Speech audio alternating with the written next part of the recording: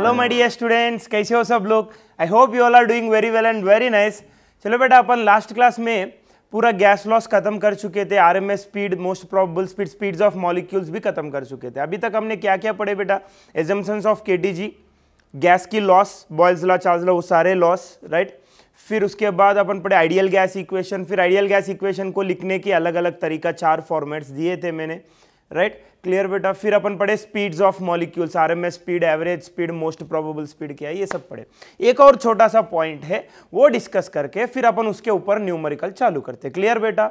तो अपन ज्यादा डेप्थ में न्यूमेरिकल्स करने की जरूरत नहीं है बेटा इधर, क्योंकि केमिस्ट्री में जो गैस लॉस के क्वेश्चंस आप करते हैं बहुत ही डेप्थ में करते हैं बेटा। फिजिक्स में उतनी डेप्थ तक कोई पूछेगा भी नहीं, केमिस्ट्री में जितना आप करते हैं कि ना बेटा।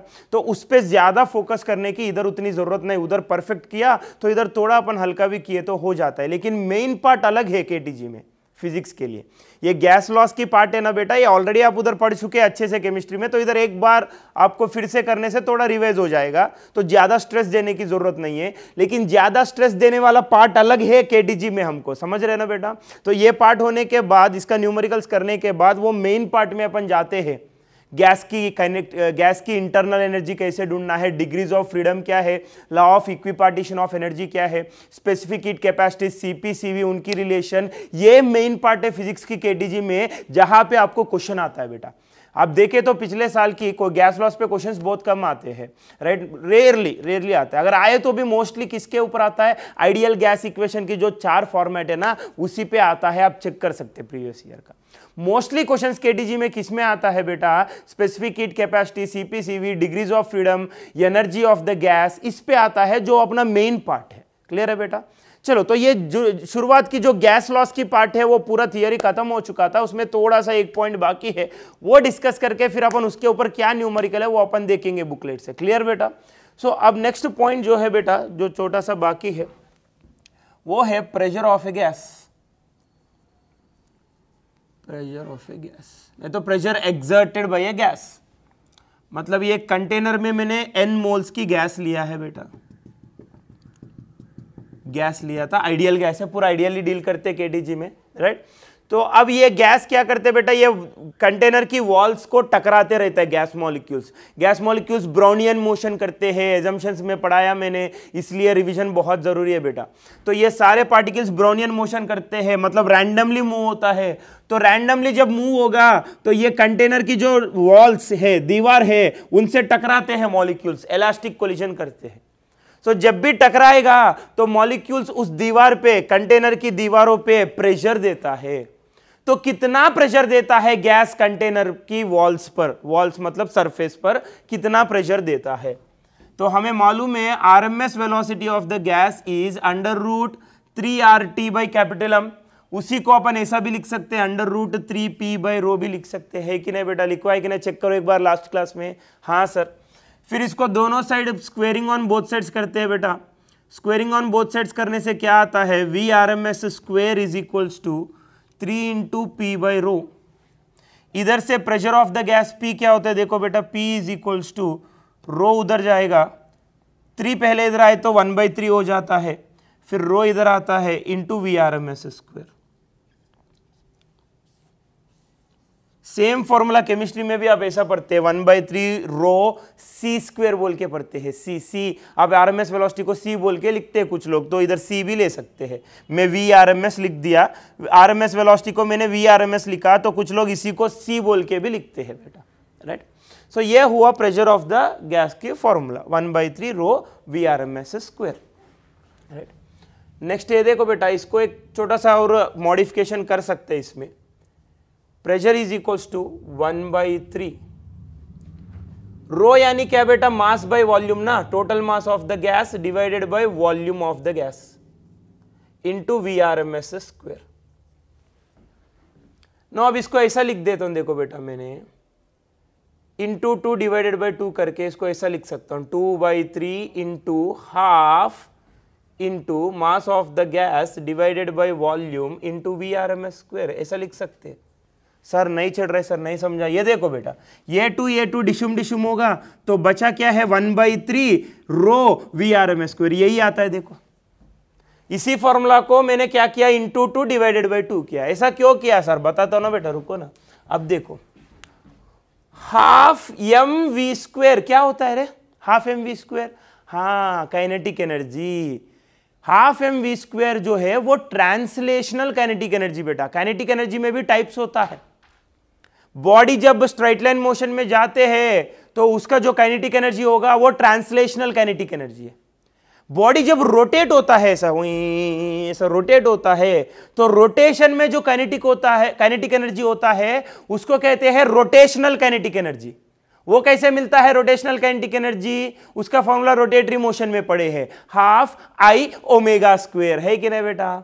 हाफ एम वी स्क्वायर क्या है, बॉडी ऐसा स्ट्राइट लाइन में जाने की वजह से, राइट, स्ट्राइट लाइन मोशन की वजह से जो काइनेटिक एनर्जी आता है ना, that is half M we square. उसको ट्रांसलेशनल काइनेटिक एनर्जी कहते हैं। क्लियर है ना बेटा।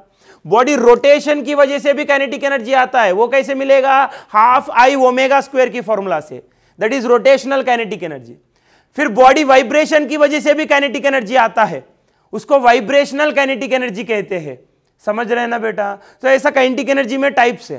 तो इधर जो हाफ एम वी स्क्वायर मिल रहा है था हमको, हाफ एम वी स्क्वायर, ये ट्रांसलेशनल काइनेटिक एनर्जी, नहीं तो एवरेज ट्रांसलेशनल काइनेटिक एनर्जी भी बोल सकते हैं।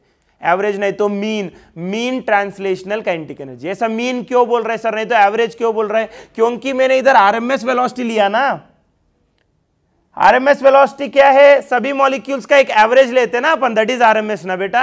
लास्ट क्लास में समझाया था, हर मॉलिक्यूल की वेलोसिटी सेम नहीं है, तो उसका मीन पकड़ना है तो उसका आरएमएस निकालते हैं। मोस्ट एक्यूरेट होने के लिए अपन आरएमएस निकालते हैं। इधर क्या है, हर एक मॉलिक्यूल की वेलोसिटी लेके उसका काइनेटिक एनर्जी ढूंढ के सारे मॉलिक्यूल्स की काइनेटिक एनर्जी ऐड करो तो टोटल एग्जैक्ट काइनेटिक एनर्जी मिलता है। लेकिन वो पॉसिबल है क्या, नहीं है। डब्बे में जितनी गैस मॉलिक्यूल्स है ना, हर एक की वेलोसिटी अलग है, तो हर एक का काइनेटिक एनर्जी ढूंढ के ऐड करो, टोटल काइनेटिक एनर्जी मिलता है, विच इज पॉसिबल नहीं है, which is not possible, impossible. तो अपन क्या करते हैं, एक एवरेज वेलोसिटी पकड़ते हैं, कौन सा, आरएमएस वेलोसिटी पकड़ते हैं अपन। फिर आरएमएस वेलोसिटी पकड़ के सीधा कर दिया हाफ इंटू पूरा मास, गैस का पूरा मास इंटू आरएमएस का स्क्वायर, आरएमएस वेलोसिटी का स्क्वायर। तो ये जो काइनेटिक एनर्जी मिलता है ना, इसको अपन कहते हैं mean kinetic energy, mean translational kinetic energy, right. So ये हो गया 2/3 into translational kinetic energy. Simply translational kinetic energy बोल रहा हूं मैं, असली में बोलना है तो ये होता है half M v r m s square होता है average translational kinetic energy, mean translational kinetic energy. किसका, गैस का, पूरा गैस का। उसी को मैं बार बार मीन वर्ड यूज नहीं कर रहा हूं, सिंपली बोल रहा हूं translational kinetic energy. So half M we square हो गया translational kinetic energy divided by volume.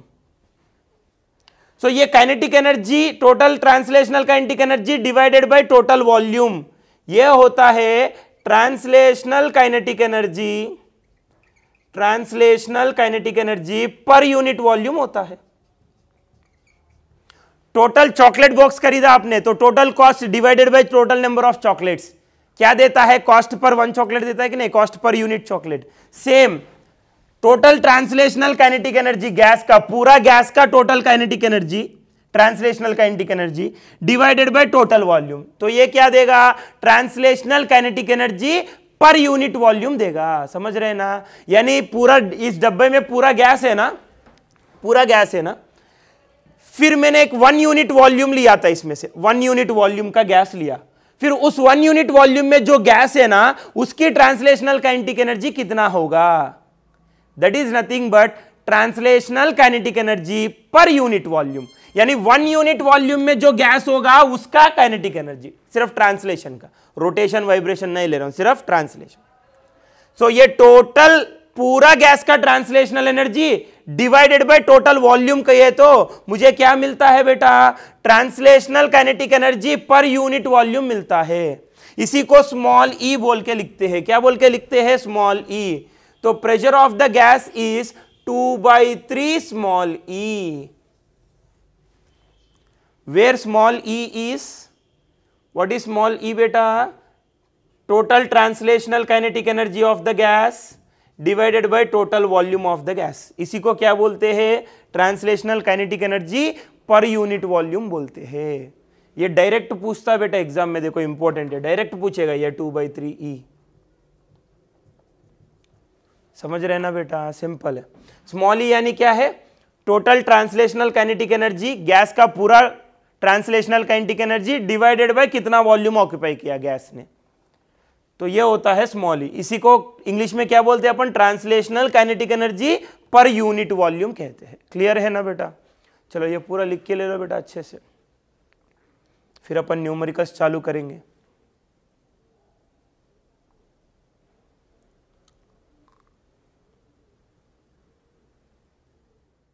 चलो बेटा नोट डाउन किया है पूरा।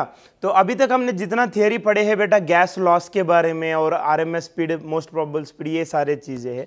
तो इसके ऊपर क्या न्यूमेरिकल्स है अपना बुकलेट में वो अपन देखेंगे बेटा। तो क्वेश्चन नंबर 2 बोर्ड पर है, देखो सर क्वेश्चन नंबर 1 नहीं लिखा, वो क्वेश्चन नंबर 1 आप कर सकते हैं बेटा, बहुत सिंपल है, कॉन्सेप्चुअल क्वेश्चन है। क्या पूछ रहा है क्वेश्चन नंबर 1 में, रियल गैस आइडियल गैस की तरह कब बिहेव करेगा, कौन सा कंडीशंस में बिहेव करेगा। तो आपको पता ही है कंडीशंस क्या है, हाई टेम्परेचर और लो प्रेशर, दैट्स इट। तो that is the first question.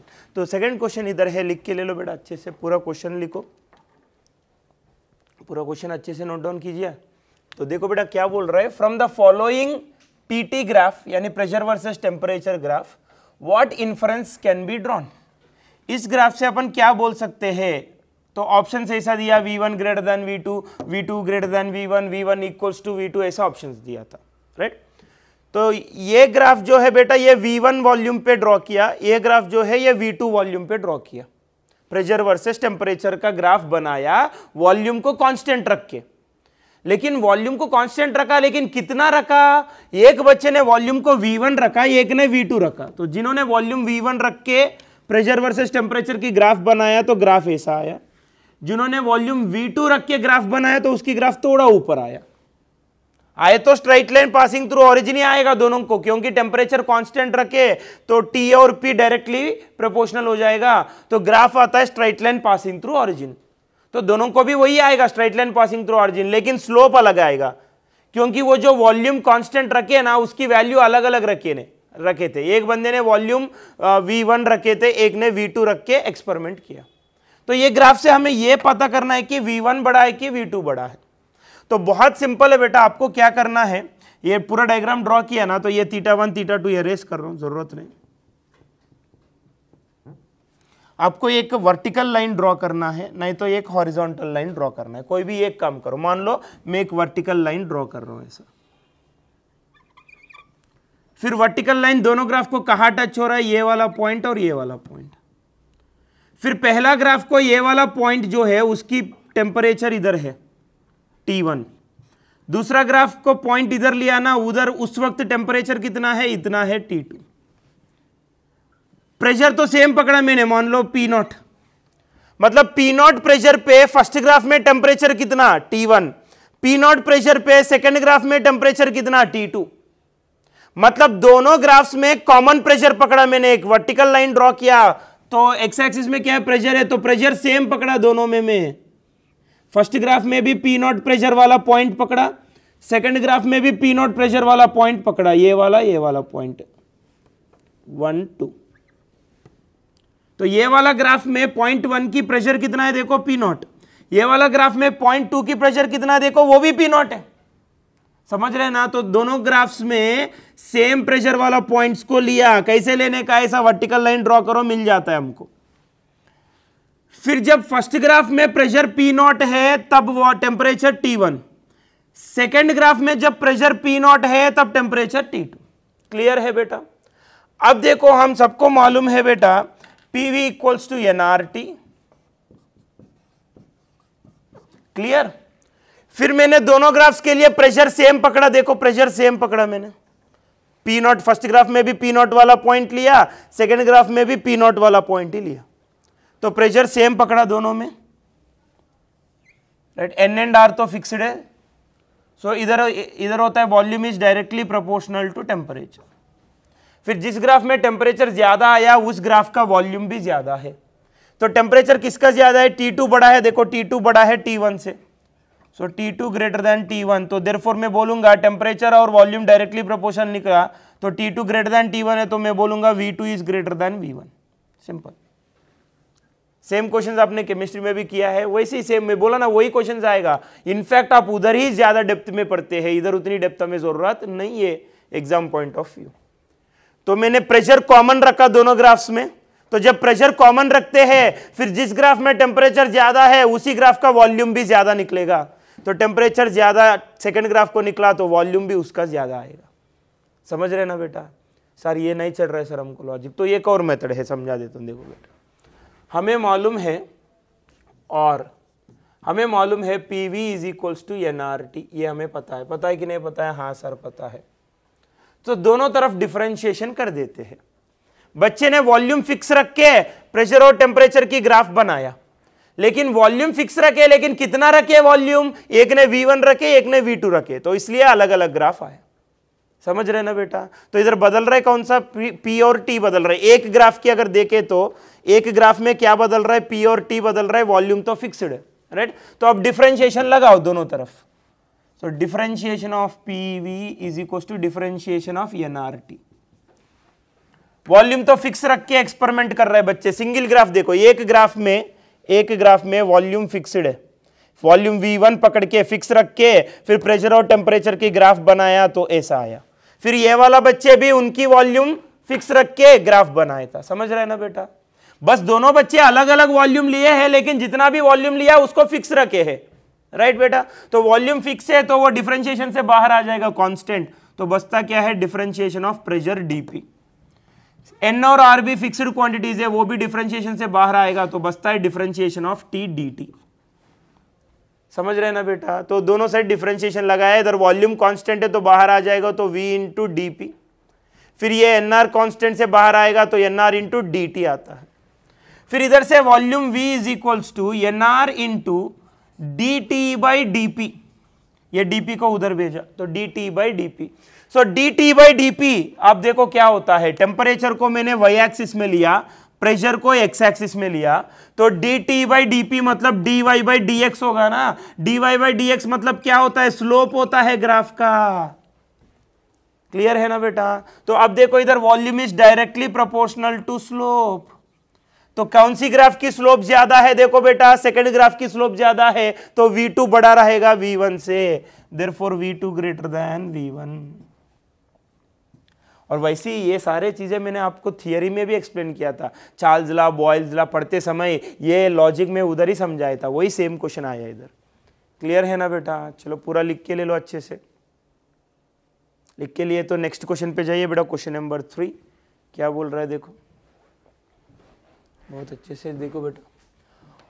How much should the pressure be increased, should the pressure be increased in order to decrease the volume of a gas by 5% at constant temperature. Constant temperature पे gas का volume अगर 5% से decrease करना है तो pressure कितना से बढ़ाना पड़ेगा? That is the question. समझ रहे हैं ना बेटा? टेम्परेचर कांस्टेंट रखा, फिर वॉल्यूम को कम करना है तो मेरे को दबाना पड़ेगा ना गैस को, यानी प्रेशर कम होगा, सॉरी प्रेशर बढ़ेगा। मान लो बेटा ये कंटेनर है, इधर कुछ ढक्कन लगाया, इसको पिस्टन बोलते हैं, अंदर पूरा गैस है। अभी मैं ये गैस की वॉल्यूम डिक्रीज किया, ऐसा पुश करके डिक्रीज किया, तो अंदर प्रेशर क्या होता है? बढ़ता है। तो अगर गैस की वॉल्यूम 5% से डिक्रीज किया तो प्रेशर कितना % से बढ़ेगा? That is the question. समझ रहे हैं ना बेटा? एंड क्वेश्चन में बोला कि temperature remains constant, temperature remains constant, तो बढ़िया हो गया ना। तो हमें मालूम है बेटा टेम्परेचर रिमेन्स कांस्टेंट मतलब बॉयल्स लॉ हो गया ना बेटा, PV इक्वल्स टू NRT। तो टेम्परेचर कांस्टेंट, गैस को कुछ लीकेज है बोल के कुछ बोला नहीं, तो NR भी कांस्टेंट होगा, तो ये पूरा का पूरा कांस्टेंट हो गया। So P into V is equals to constant. अब P is inversely proportional to V आ गया। क्या आ गया बेटा? P is inversely proportional to V आया। अब ये देख के बच्चे एक गलत करेगा, ये ध्यान में देखो बेटा, कहां पे गलती करता है ये भी समझनी चाहिए। अब ध्यान से देखो बेटा, pressure is inversely proportional to volume आया, तो अब बच्चा क्या सोचेगा? सर वॉल्यूम 5% से कम हुआ तो प्रेशर 5% से बढ़ेगा। नहीं, ऐसा नहीं होता है बेटा। ये 10% से कम हो रहा है तो ये 10% से बढ़ेगा, नहीं ऐसा नहीं आएगा। वैसी लॉजिक सिर्फ डायरेक्टली प्रोपोर्शनल में ही चलता है। मान लो बेटा x is directly proportional to y, फिर x को 5% बढ़ाया तो y भी 5% बढ़ेगा, x को 10% बढ़ाया y भी 10% बढ़ेगा, x को 10% कम किया तो y भी 10% से कम होगा। ये डायरेक्टली प्रोपोर्शनल में होता है, लेकिन इनवर्सली में ऐसा नहीं होगा, ध्यान में रखो बेटा, इनवर्सली में ऐसा नहीं होता है। x is inversely proportional to y, तो एक बढ़ाए तो दूसरा कम होगा ना, तो बच्चा बोलेगा इसको 5% बढ़ाया तो ये 5% कम होगा। सर नहीं होता है बेटा ऐसा, तो इसको इधर कैलकुलेट करना पड़ता है हमें। कैसे कैलकुलेट करना है सर? बहुत सिंपल है बेटा, परसेंटेज कैलकुलेशन हमेशा क्या होता है, final minus initial divided by initial into 100। कभी भी परसेंटेज इंक्रीज कितना से चेंज हो गया, percentage change in the value चाहिए, तो final value minus initial value divided by initial value into 100 करना है, राइट। तो अभी सॉल्व करते हैं तो समझ में आ जाता है। तो हमें मालूम है बेटा pressure is inversely proportional to volume, so pressure is inversely proportional to volume, तो इधर से मैं बोलूंगा P1 by P2 is equals to V2 by V1। तो अब देखो बेटा इनिशियल प्रेशर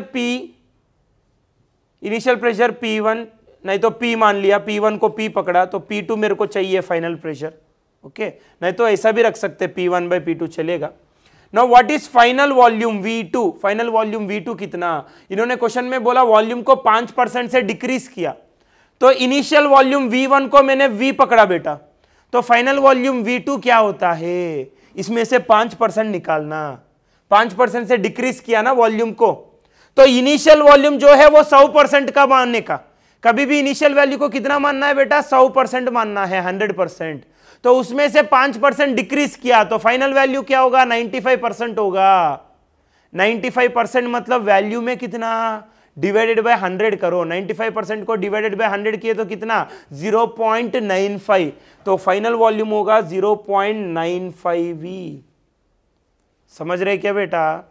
कभी भी शुरुआत की जो वैल्यू है वो पूर्ण वैल्यू है बेटा, उसको 100% मानने का। तो इनिशियल वॉल्यूम V1 जो है उसको V पकड़ा, तो V जो है वो इनिशियल वैल्यू है, तो V बोले तो 100%, ये 100%। अब क्वेश्चन में बोला कि वॉल्यूम को 5% कम किया, मतलब ये 100% में से 5% निकाल दिया, मतलब कितना, 95% होता है। अभी कितना बचता है, अभी 95% बचेगा, यानी फाइनल वॉल्यूम हो गया 95%। सो 95% को वैल्यू में लिखना है तो क्या करना है, डिवाइडेड बाय 100 करना है। 95/100 कितना, 0.95, तो फाइनल वॉल्यूम होता है 0.95V।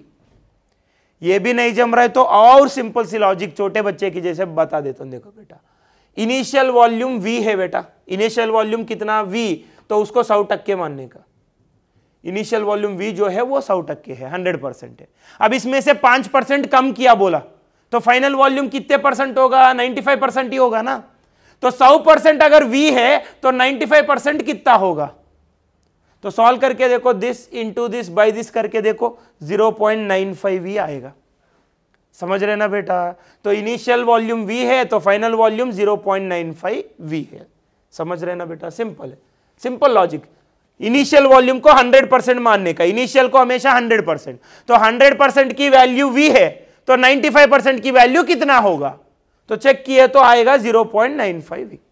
तो अब इधर का V कैंसिल, तो अब हमको P1/P2 क्या मिला बेटा, P1/P2 मिला 0.95, यानी इसको 95/100 लिखेंगे, 0.95 को, थोड़ा सिंपल हो जाएगा। सो P1/P2 हो गया 95/100। अब मैं इसका उल्टा करूंगा बेटा, P2/P1। क्यों सर? आपको समझ में आएगा, देखो बेटा, तो इधर भी उल्टा हो जाएगा, P2/P1 हो जाएगा 100/95। अब दोनों साइड -1 करो, दोनों साइड क्या करने का, -1 करने का। नहीं तो ऐसा करो, ये मिल गया ना P2/P1 100/95, वैसी रखो। अब मेरे को परसेंटेज चेंज इन प्रेशर चाहिए, तो परसेंटेज चेंज की फॉर्मूला देखो बेटा, percentage change in pressure. So percentage change is final minus initial divided by initial into 100। Percentage change की फॉर्मूला क्या है बेटा, final minus initial divided by initial into 100। सो इधर से मेरे को आंसर मिलेगा, इसको एक्सपेंड करो बेटा, इसको P2/P1 minus P1 by P1 क्या होता है, 1 होता है, इंटू 100, ऐसा लिख सकते हैं कि नहीं? देखो इसको P2 minus P1 final minus initial whole divided by initial into 100, ये परसेंटेज चेंज की फॉर्मूला बचपन में मैथ्स में आता है बेटा। Raju purchased A bicycle for 100 rupees, he sold it for 120 rupees, percentage profit कितना? तो अब क्या करते हैं, selling price minus buying price divided by buying price into 100। 6वीं 7वीं में किया कि नहीं किया? हाँ सर याद आ रहा है क्या? हाँ वैसी टाइप का। तो परसेंटेज चेंज इन प्रेशर बोले तो final pressure minus initial pressure divided by initial into 100। अब इसको है ना बेटा, ये जो है ना इसको थोड़ा एक्सपेंड किया, P2 बाई P1, ठीक है, P2 by P1 minus P1 by P1, P1 by P1 क्या होता है, 1 होता है, तो -1 इंटू 100 इंटू 100। अब हमें P2 बाई P1 की वैल्यू मिला क्या? हाँ मिला। कितना मिला P2 बाई P1 का? 100 बाई 95 मिला। तो P2 बाई P1 हो गया 100 बाई 95, -1 है तो -1 इंटू 100, तो ये कितना आता है चेक करो बेटा। सो ये हो जाएगा 95 इधर जाएगा तो 100 माइनस 95 5 आता है, डिवाइडेड बाई 95 इंटू 100। क्लियर है ना बेटा? तो इसको सॉल्व किए तो 4 पॉइंट समथिंग आएगा, ऑप्शंस में चेक करने।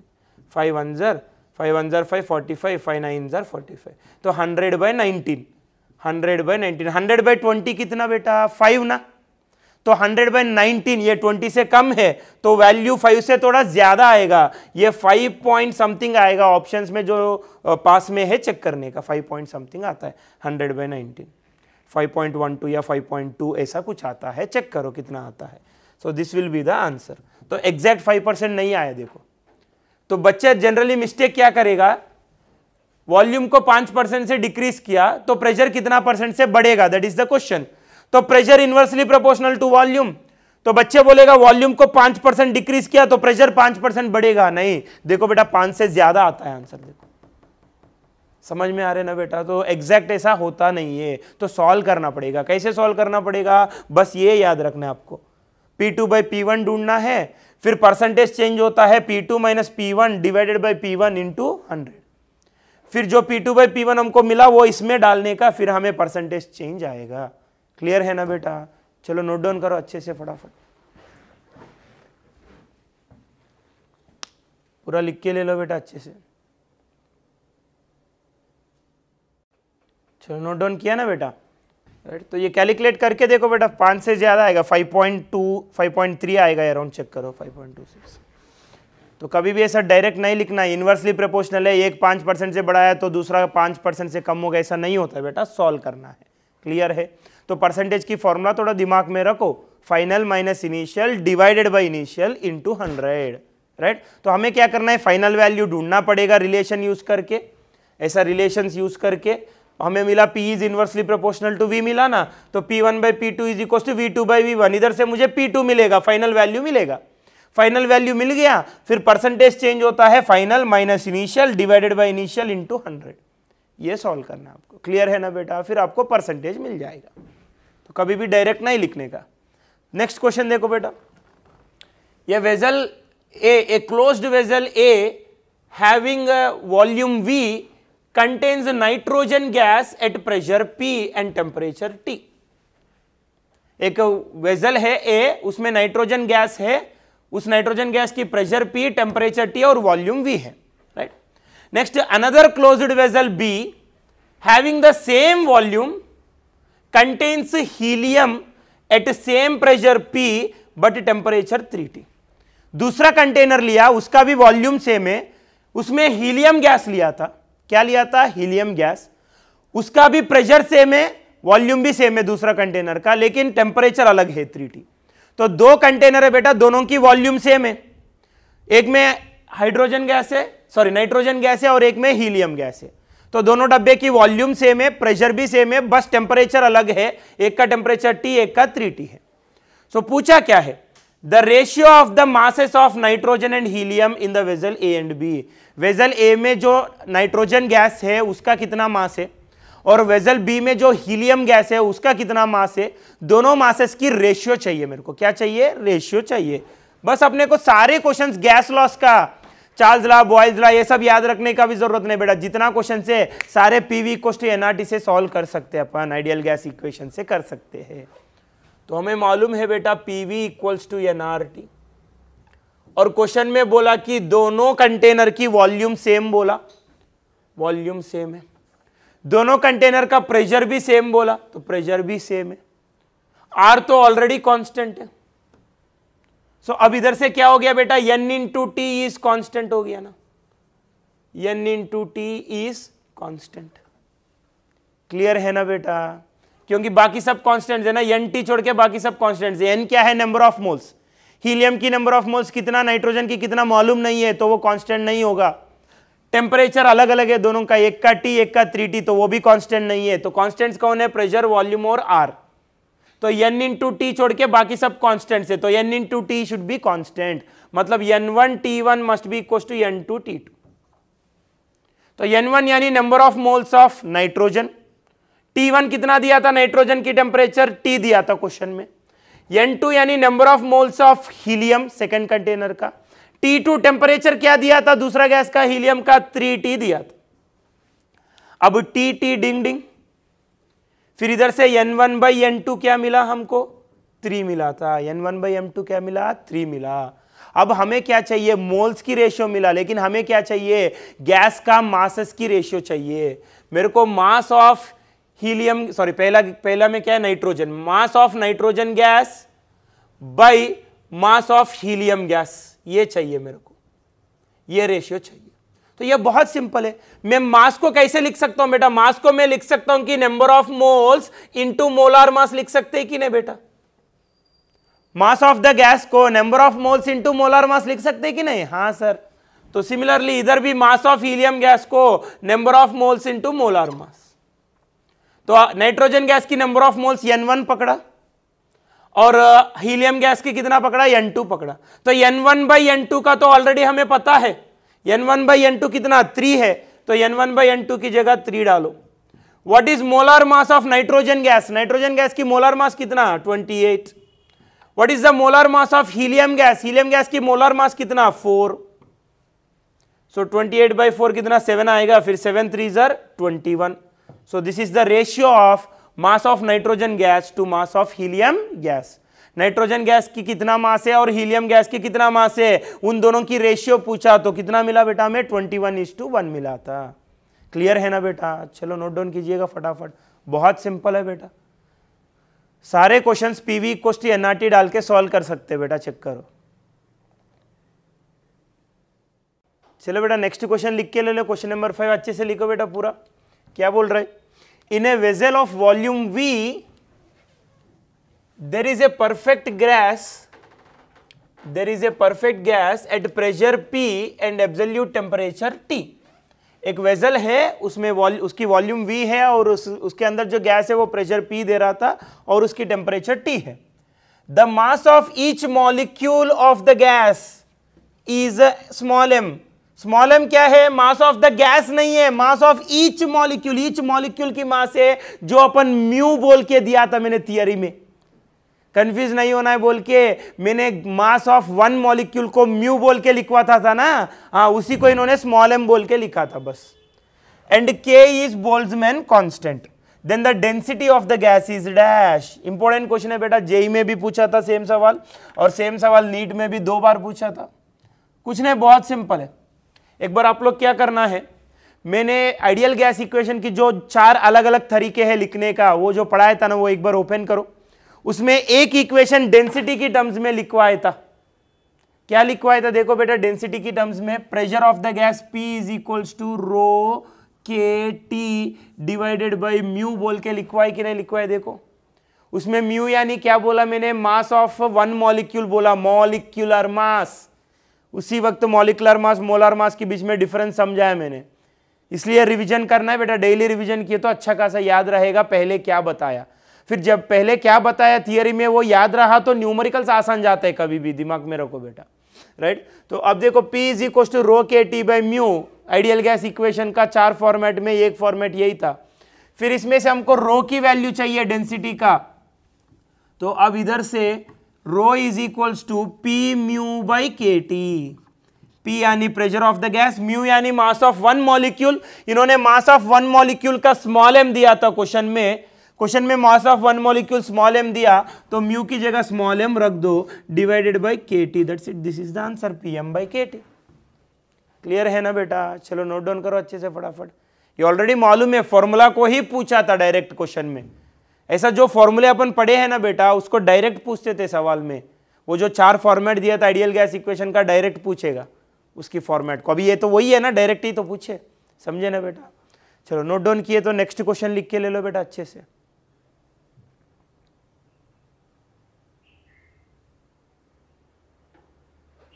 पूरा क्वेश्चन लिख के ले लो बेटा अच्छे से। क्या है नेक्स्ट क्वेश्चन? क्वेश्चन नंबर 6 पूरा अच्छे से लिखो और क्वेश्चन समझने के लिए कोशिश करो। एक बार क्वेश्चन समझ में आया, सॉल्यूशन आसान जाता है बेटा, याद रखो। क्या बोल रहे इधर? Figure shows 2 flasks connected to each other, volume of flask 1 is twice that of flask 2। यानी फ्लास्क 1 की वॉल्यूम जो है वो डबल है फ्लास्क 2 से। मतलब अगर मैं फ्लास्क 2 की वॉल्यूम V पकड़ा तो 1 की होता है 2V, क्योंकि फ्लास्क 1 की वॉल्यूम डबल बोल रहा है 2 से, तो 2 का वॉल्यूम अगर V बोला तो 1 का जो है 2 से डबल है, तो V से डबल यानी 2V, राइट। अब देखो बेटा, the system is filled with an ideal gas at temperature 100 kelvin and 200 kelvin. ये पूरा दोनों, ये पूरा सिस्टम को एक गैस से भर दिया था, एक ही गैस से भर दिया था पूरा सिस्टम में। फिर इस बल्ब में थोड़ा गैस आया, इस बल्ब में थोड़ा गैस आया। फिर इसमें जो गैस है उसकी टेम्परेचर 100 केल्विन मेंटेन किया, इसमें जो गैस है उसका 200 केल्विन मेंटेन किया। 2 बल्ब्स लिया, बल्ब नहीं तो वेजल नहीं तो कंटेनर, कुछ भी बोल सकते हैं। 2 कंटेनर लिया, दोनों को पाइप से जुड़ाया। फिर ये पूरा सिस्टम के अंदर एक गैस को छोड़ दिया था, गैस को रिलीज किया। फिर थोड़ा गैस इधर जाके सेटल हो गया, थोड़ा गैस इधर जाके सेटल हो गया। फिर इसमें जो गैस है उसकी टेम्परेचर 100 केल्विन है, इसमें जो गैस है उसकी टेम्परेचर 200 केल्विन है। अब देखो, if the mass of the gas in 1 be m, then what is the mass of the gas in flask 2? ये पहला कंटेनर में जो गैस है उसकी मास m है, तो दूसरी कंटेनर में जो फ्लास्क होगा उसकी मास कितना? मान लो m डैश। फिर ये m डैश की वैल्यू क्या है? समझे ना बेटा? 2 फ्लास्क लिया यानी 2 कंटेनर लिया, उसको पाइप से जुड़ाया। फिर ये पूरा सिस्टम के अंदर यानी दोनों कंटेनर को जुड़ा के उसके अंदर गैस को रिलीज किया। फिर इस वाला सिस्टम, इस वाला फ्लास्क जो है उसकी टेम्परेचर 100 केल्विन रखा, इसका 200 केल्विन रखा। फिर गैस को छोड़ दिया। फिर थोड़ा गैस इसमें आएगा, थोड़ा इसमें आएगा। फिर इसमें जो गैस आया उसकी मास m है, इसमें जो आया उसकी मास कितना? मान लो m डैश, तो m डैश की वैल्यू क्या है? लेकिन दोनों में सेम गैस है, हीलियम है तो दोनों में हीलियम, नहीं तो दोनों में नाइट्रोजन। एक ही गैस को दोनों में रिलीज किया था, मतलब पूरा सिस्टम में छोड़ दिया गैस। मैंने पूरा थोड़ा सा गैस लेके पूरा सिस्टम में छोड़ दिया था, तो उसमें थोड़ा इधर गया, थोड़ा इधर गया, तो इधर m मास आया तो इधर कितना आएगा? समझ रहे ना बेटा? तो याद रखो बेटा, जब भी 2 कंटेनर को जुड़ाते हैं ना पाइप से, तो गैस एक से दूसरे में जाएगा। कब तक जाएगा? जब तक दोनों की प्रेशर सेम होगा तब तक जाएगा। तो एक बार सिस्टम इक्विलिब्रियम में आ गया यानी गैस इधर उधर नहीं जा रहा है, तो तब दोनों की प्रेशर सेम रहता है। तो जब भी 2 कंटेनर्स को जुड़ाते ना बेटा, थोड़ी देर के बाद उनकी प्रेशर सेम हो जाता है, याद रखो। तो हमें मालूम है PV इक्वल्स टू nRT, नहीं तो पहले वाला फॉर्मूला भी यूज कर सकते, नहीं तो इधर से भी कर सकते, PV इक्वल्स टू nRT। अब दोनों गैसें, दोनों कंटेनर्स की प्रेशर सेम रहता है बेटा, दोनों कंटेनर की प्रेशर सेम रहता है, क्योंकि दोनों को अपन पाइप से जुड़ाया। कभी भी 2 वेसल को पाइप से जुड़ाते हैं तो दोनों की थोड़ी देर के बाद दोनों की प्रेशर सेम हो जाता है, याद रखो बेटा। तो प्रेशर सेम हो गया दोनों का, वॉल्यूम तो सेम नहीं है, नंबर ऑफ मोल्स सेम नहीं है दोनों में। इसमें m मास गैस आया, इसमें कितना आएगा? दैट इज द क्वेश्चन ना। मतलब अलग अलग अमाउंट ऑफ गैस आता है, इसमें कितना गैस आया, इसमें उतना नहीं आएगा, अलग आएगा, मतलब नंबर ऑफ मोल्स डिफरेंट है। R तो कांस्टेंट है, टेम्परेचर दोनों का सेम नहीं है, अलग अलग है। तो इधर देखो बेटा, V is directly proportional to n into T. तो इधर से V1 by V2 is equals to N1 by N2 into T1 by T2। V1 यानी पहला फ्लास्क की वॉल्यूम है, पहला फ्लास्क की वॉल्यूम कितना? 2V, दूसरे वाले का V। क्वेश्चन में बोला ना पहला वाले की वॉल्यूम डबल है दूसरे से, तो इसका V पकड़े तो इसका 2V, तो V1 हो गया 2V, V2 हो गया V। पहला में कितना मोल से पता नहीं, दूसरा में कितना मोल से पता नहीं, तो N1 बाई N2। पहला इसमें टेम्परेचर बोला 100 केल्विन, दूसरा इसमें टेम्परेचर बोला 200 केल्विन। फिर अब देखो बेटा इधर का v इधर का v कैंसिल, 100 1 ज़र 100 2 ज़र। फिर इधर से n1 by n2 is equals to, ये 2 उधर जाएगा तो 2 2 ज़र 4। So number of moles in the first flask is, नहीं तो number of moles in the second flask n2 is n1 by 4। n2 इधर लाओ, 4 को उधर लेके जाओ, तो number of moles in the second flask is equal to number of moles in the first flask divided by 4। और मैं बोलूंगा दोनों फ्लास्क में एक ही गैस है ना, दोनों में हीलियम नहीं तो दोनों में नाइट्रोजन, तो मोलार मास सेम होगा, राइट। तो मैं बोलूंगा हम सबको मालूम है मास of the gas is number of moles into molar mass.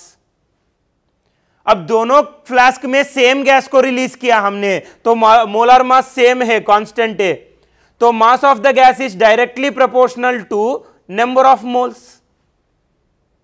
तो हमें इधर पता चला कि बेटा number of moles in the second flask is number of moles in the first flask divided by 4, और नंबर ऑफ मोल्स और mass of the gas directly proportional है। तो इधर से मैं बोलूंगा mass of the gas in second flask is mass of the gas in first flask divided by 4। समझ में आया ना बेटा, राइट। हमको नंबर ऑफ मोल्स की रिलेशन मिल गया ना, सेकेंड फ्लास्क में कितनी मोल्स है n2, फर्स्ट फ्लास्क में n1, तो n2 is equal to n1 by 4 mole के मिल गया हमको। मैं बोल रहा हूं दोनों फ्लास्क में एक ही गैस है, हीलियम है तो दोनों में हीलियम है, हाइड्रोजन है तो दोनों में हाइड्रोजन है, ऐसा।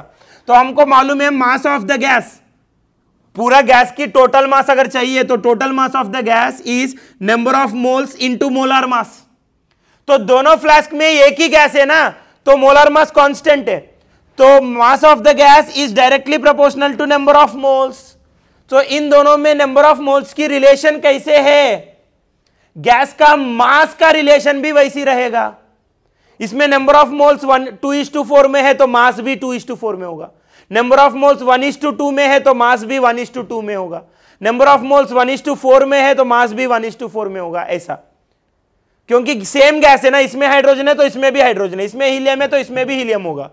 तो नंबर ऑफ मोल्स की रिलेशन कैसे रहेगा, मास ऑफ द गैस का रिलेशन भी वैसी रहता है। तो नंबर ऑफ मोल्स कैसे है, सेकेंड फ्लास्क में नंबर ऑफ मोल्स जो है वो n1 बाई 4 आया, तो सेम मास का भी रिलेशन रहता है। सेकेंड फ्लास्क में जितना मास है दैट इज m1 बाई 4 आता है, यानी mass of the gas in first flask by 4। तो क्वेश्चन में बोला पहला फ्लास्क में m मास है, m1 का वैल्यू m दिया क्वेश्चन में, तो m1 की जगह m डालो तो m2 होता है m बाई 4। यानी पहला फ्लास्क में m मास की गैस है तो दूसरा फ्लास्क में m बाई 4 मास का गैस होता है। समझ में आया ना बेटा, सिंपल। ये देखो PV इक्वल्स टू nRT, दोनों फ्लास्क की प्रेशर सेम होगा क्योंकि पाइप से जुड़ा है, R तो कांस्टेंट है, तो volume is directly proportional to n into T, तो V1 by V2 equals to n1 by n2 into T1 by T2। V1 V2 सवाल में दिया, T1 T2 सवाल में दिया, सॉल्व करने के बाद मेरे को n2 और n1 की रिलेशन मिला। सो नंबर ऑफ मोल्स की जगह सीधा मास लगा दो। ऐसा लगा सकते हैं क्या सर? हाँ लगा सकते हैं, क्योंकि दोनों फ्लास्क में सेम गैस है। अगर दोनों फ्लास्क में सेम गैस नहीं है तो ऐसा नहीं कर सकते, समझ रहे ना बेटा। तो दोनों में एक ही गैस को रिलीज किया तो डायरेक्ट करने का। चलो नोट डाउन कीजिए बेटा अच्छे से। तो पहला फ्लास्क में अगर m मास की गैस है तो दूसरा फ्लास्क में कितना है, m बाई 4 है।